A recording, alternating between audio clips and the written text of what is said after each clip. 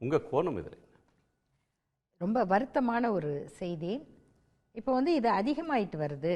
அப்படிங்கும்போது பிரச்சனை ரொம்ப தீவிரமாக வேரூன்றுது அப்படிங்கிறத நம்ம புரிஞ்சுக்கிறோம். சமீபத்தில் 2 பெண்களுடைய ஆடியோ மக்களுடைய மனசாட்சியை உலுக்குச்சு. அநேகமாக இந்த கொலை செய்த இந்த குடும்பமும் இவர்களுக்கு நெருங்கியவர்கள் கூட அந்த ஆடியோவை கேட்டு கண் கலங்கி இருப்பாங்க அப்படின்னு நான் நினைக்கிறேன். அதில் ஒன்று அந்த ரிதன்யாங்கிற பெண்ணுடைய நான் தப்பு பண்ணலப்பா அப்படின்னு திருப்பூர் சம்பவத்தை சொல்கிறீங்க. அவனாசி திருப்பூர். ஆமாம், நான் இவ்வளோ சொல்லி நீங்கள் என்னை நம்பலை அப்படிங்கிற அந்த பொண்ணுடைய ஆடியோ.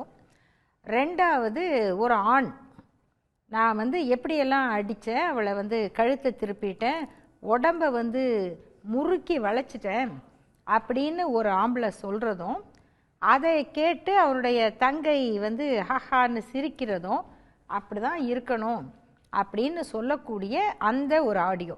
அவங்க 2 பேரும் பேசிக்கிட்ட அந்த பேச்சு, இதை எல்லாரும் கேட்டிருப்பாங்க. இப்போது நம்ம தெரிஞ்சிக்க வேண்டியது என்னன்னா, அந்த செத்துப்போன அந்த ரிதன்யாவும் சரி, நான் எப்படியெல்லாம் அந்த பொண்டாட்டியை அடித்தேன் அப்படின்னு பேசின அந்த போலீஸ்காரரும் சரி, எங்கே கல்யாணம் பண்ணியிருக்காங்கன்னா சொந்த ஜாதியில் ஏற்பாடு பண்ணி ஜாதகம் பார்த்து சீர்வரிசை கொடுத்து கல்யாணம் பண்ணவங்க. இந்த ஆணவ கொலை, ஜாதி கொலை, இந்த கொலைக்கு என்ன பேர் வச்சாலும் அது ரொம்ப ஒரு கொடூரமான மனநிலைக்குரிய கொலை. இந்த பெயர்களால் அந்த கொடூரத்தை நம்ம முழுசாக சொல்ல முடியுமான்னு எனக்கு ஒரு சந்தேகம். இந்த சம்பவத்தில் கொலை செய்த அந்த இளைஞனும் கொலையான அந்த இளைஞனும் முன்ன பின்ன தெரிஞ்சவங்க பேசியிருக்கிறாங்க, பழகியிருக்காங்கன்னு சொல்கிறாங்க. ஆமாம், அப்போ அந்த மனநிலை எவ்வளோ ஒரு கொடூரமானதாக இருக்குது. அதை வர்ணிக்கிறதுக்கு இந்த சொற்கள்லாம் நம்ம வைக்கிற பேர்லாம் பத்தாதுங்கிறது தான் என்னோட கருத்து. இவங்க எல்லாரும் சொல்கிற ஒரு காரணம் என்னன்னா, எங்கள் பொண்ணு போய் அங்கே நல்லா இருக்க முடியுமா, எங்கள் வாழ்க்கை சூழ்நிலை வேறு, அவங்க வாழ்க்கை சூழ்நிலை வேறு. இதெல்லாம் இந்த கொலை செஞ்சவங்க நேராக சொல்ல மாட்டாங்க. அந்த வீடியோவுக்கு கீழே கமெண்ட் போடுறவங்க இருக்காங்க பாருங்கள், அதுக்குள்ளே பல கொலையாளிகளுடைய மனம் இருக்குது. அவங்க கமெண்ட் எல்லாம் பார்த்தீங்கன்னா, அப்பா அம்மா உனக்கு துரோகம் பண்ணுவாங்களா, அப்பா அம்மா பேச்சை மீறி உனக்கு எதுக்கு காதல், அந்த அண்ணன் செஞ்சதை பாராட்டணும், இப்படியெல்லாம் எழுதுகிறாங்க. இத்தனை பேரும் குற்றமனம் கொண்டவர்களாக இருக்காங்கங்கிறது ஒரு சமூகத்தில் நம்ம கவனிக்க வேண்டிய ஒரு செய்தி. அப்போ அவங்களுடைய 2 காரணம், இப்படிப்பட்ட கொலைகள் நடக்கும்போது, ஒன்று எங்கள் ஜாதி அந்தஸ்து, அதுக்கு அவங்க ரொம்ப கீழே. 2வது அந்த பெண்ணுடைய நன்மை, அந்த பெண் அங்கே போய் இருக்க முடியாது, அது அவ்வளோ வசதி இல்லாத இடம், இப்படியெல்லாம் தான் சொல்லுவாங்க. இப்போது இதில் அதெல்லாம் பொருந்துறது மாதிரியே இல்லையே. கொஞ்சம் கூட பொருந்தாது மட்டும் இல்லை, அந்த பையனுடைய உறவினர்கள் பேசுகிறத பார்க்கும்போது அவங்க பொருளாதாரத்திலையும் வாழ்க்கையிலையும் நல்ல உயர்ந்த இடத்துக்கு வந்திருக்காங்க. அந்த பையன் தோற்றமும் சரி, படிப்பு, வேலை, நீங்கள் பிடிச்சி கட்டி வைக்க போகிற ஒருத்தருக்கு எந்த விதத்திலும் குறைவில்லாத ஒரு பையனாக அவர் இருக்கார். அதையும் தாண்டி இந்த ஜாதி அல்லது ஜாதி பெருமைங்கிறது இப்படி ஒரு 22-23 வயசு பையனை கொலைகாரனாக மாற்றும். அந்த பெற்றோர் இதை சொல்லி கொடுத்து வளர்க்குறாங்க அப்படின்னா கண்டிப்பாக அந்த சமூக மனநிலைக்கு ஒரு தீவிர மருத்துவம் தேவைப்படுது, தீவிர பிரச்சாரம் தேவைப்படுது. அரசியல் கருத்து வேறுபாடுகள், ஒரு மத வெறி எதிர்ப்பு, இது பெருசா பேசப்படுற அளவுக்கு மாநில உரிமைகள் பற்றி பேசுறோம், மற்ற விஷயங்கள் பேசுகிறது மாதிரி ஒரு சமத்துவமான சமுதாயம் வேணும், ஜாதி வெறியோட குழந்தைகளை வளர்க்கக்கூடாது, அது சார்ந்த முன்னெடுப்புகள் அரசியல் இயக்கங்கள்லையோ அல்லது ஒரு பெரிய அளவிலான பேசு பொருளாக இல்லை.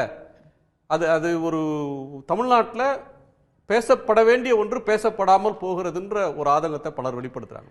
இதுல ஒரு பாதி உண்மை, அரசியல் இயக்கங்கள் அதை பேசுறதில்ல. அதில் திராவிட முன்னேற்ற கழகம் போன்ற இயக்கங்கள் சமத்துவம், சமத்துவ வளர்ச்சி, எல்லோருக்கும் எல்லாம், இப்படி எல்லாரையும் முன்னேற்றுவது குறித்த திட்டங்களை அதிகமாக பொதுவெளியில் பேச முடியுது. ஆனால் ஜாதி ஒழிப்பு பற்றி பேசக்கூடிய சூழ்நிலையில் இல்லை. திராவிடர் கழகம், கம்யூனிஸ்ட் இயக்கங்கள், முற்போக்காளர்கள் அவங்க தொடர்ந்து ஜாதி ஒழிப்பை பற்றி பேசிக்கிட்டு இருக்கோம். இந்த மாதிரி ஒவ்வொரு பிரச்சனை நடக்கும் போதும் அந்த கொலையினுடைய தீவிரத்தன்மை, அந்த குடும்பம் இந்த குடும்பம் அப்படின்னு பேசுறத தாண்டி, அதையும் பேசணும், புரிஞ்சுக்கணும், அதையும் தாண்டி ஜாதி ஒழிப்பு, தீண்டாமை ஒழிப்பு கூட போதாது. ஜாதி ஒழிப்புங்கிறத களத்தில் பேசாமல் ஆணாதிக்கம் அப்படிங்கிறத எதிர்த்து பேசாம பெண்களையே அதிலிருந்து மீட்க முடியாது.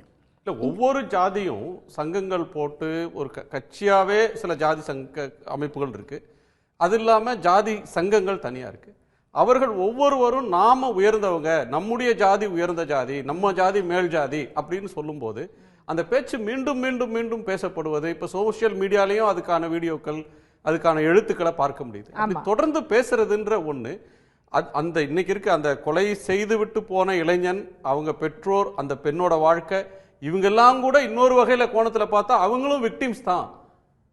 அவர்களை இப்படியான பேச்சுகள் அந்த இடத்துக்கு தள்ளுது அப்படின்றத, இப்ப அந்த இளைஞனுடைய வாழ்க்கை பாலா போகிறது, அவங்க வேலை சிரமமாகிறது, அந்த பெண்ணோட எதிர்காலம் கேள்விக்குறி.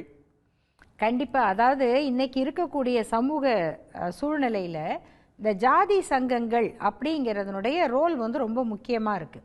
இப்போ எனக்கு தெரிஞ்சு ஒரு 30-40 ஆண்டுகளுக்கு முன்னால பெரும்பாலான ஜாதிகளுக்கு சங்கம் இருந்திருக்கு. இப்ப இருக்க மாதிரி அப்பயும் இருந்திருக்கு. அந்த தலைவர்கள் எல்லாமே வந்து அந்த சமூக மக்களுக்கான கல்வி பிரதிநிதித்துவம், வேலை வாய்ப்பு, இந்த பதவியில இவங்க இல்ல, உரிமைகளுக்கு போராடுறவங்க இப்படிதான் வந்து அவங்கள கைட் பண்ணிக்கிட்டு இருப்பாங்களே தவிர, இப்போ வந்து ஜாதி சங்கங்களுடைய தலைவர்கள்ங்கிறவங்க பெரும்பாலும் காலேஜ் நடத்துறாங்க அல்லது பெரிய பெரிய நிறுவனங்கள் நடத்துறாங்க. அதை காப்பாற்றிக் கொள்வதற்கு அவங்களுக்கு அந்த ஜாதி சங்கம் பயன்படுது. அப்போ அந்த ஜாதியில் இருக்க இளைஞர்களுக்கு அவங்க என்ன வழிகாட்டுறாங்க? நீங்கள் எல்லாரும் வாங்க, படித்து முன்னேறுங்க, நாங்கள் உங்களுக்கு வாய்ப்பு கொடுக்குறோன்னு சொல்கிறது இல்லை.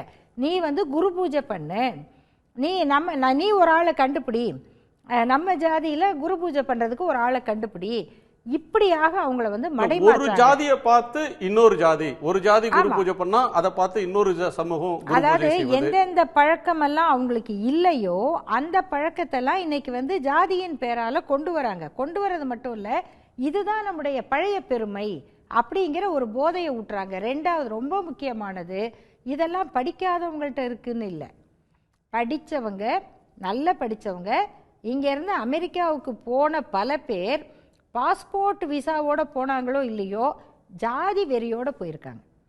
அங்க போய் நீங்க என்ன ஜாதின்னு கேட்கறது. நீங்க வெளிநாட்டில் வாழ்ற இந்தியர்கள் கொஞ்சம் அறிவுள்ளவங்க அல்ல நியாய உணர்ச்சி உள்ளவங்க சொல்லுவாங்க, எங்களுக்கு வந்து வெளிநாட்டு மற்ற நாடு, அவன் ஆஸ்திரியாக்காரனோ உகண்டாக்கார பொண்ணோ பிரச்சனை இல்லை, அவங்ககிட்ட பேசும்போது நம்ம காம்ப்ளெக்ஸ் வராது.